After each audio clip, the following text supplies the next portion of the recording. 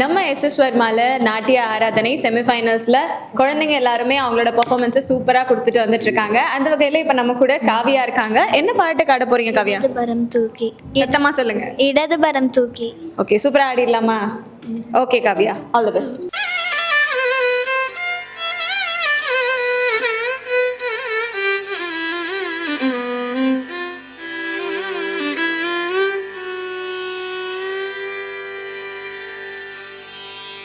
இடது பதம் தூக்கி ஆடும்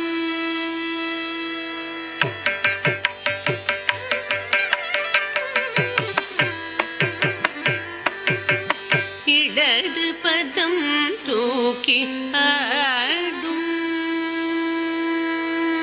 இடது பதம் தூக்கி ஆடும் இடது பதம் தூக்கி ஆடும் நடராஜனடி பணிவையே இடது பதம் தூக்கி ஆடும் நடராஜனடி பணிவையே இடது பதம் தூக்கி